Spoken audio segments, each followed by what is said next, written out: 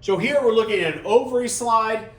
So here we're seeing on the very edge here, we're seeing a lot of what we call primordial follicles. What's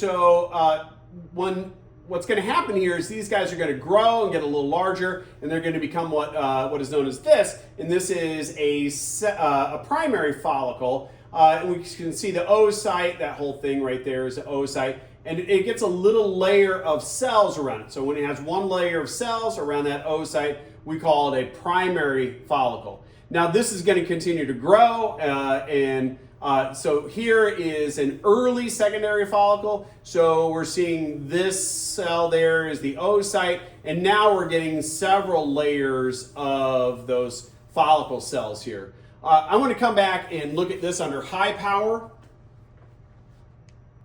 So this is looking at the primordial follicles up here under high power, and here's a primary follicle, okay, showing that oocyte there, and those are the follicle cells around it. So you can see the difference between these primordial follicles and primary follicles under high power. Now let's go find a secondary oocyte again.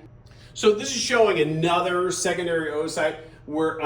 Secondary follicle. We're seeing that oocyte in the middle right there, and then we're seeing a bunch of follicle cells around it.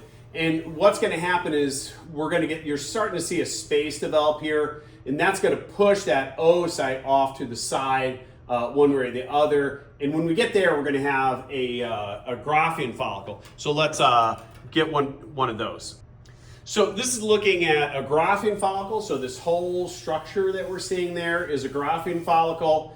Right in the middle, there's the oocyte. On the very edge around that oocyte is what is known as the zona pellucida.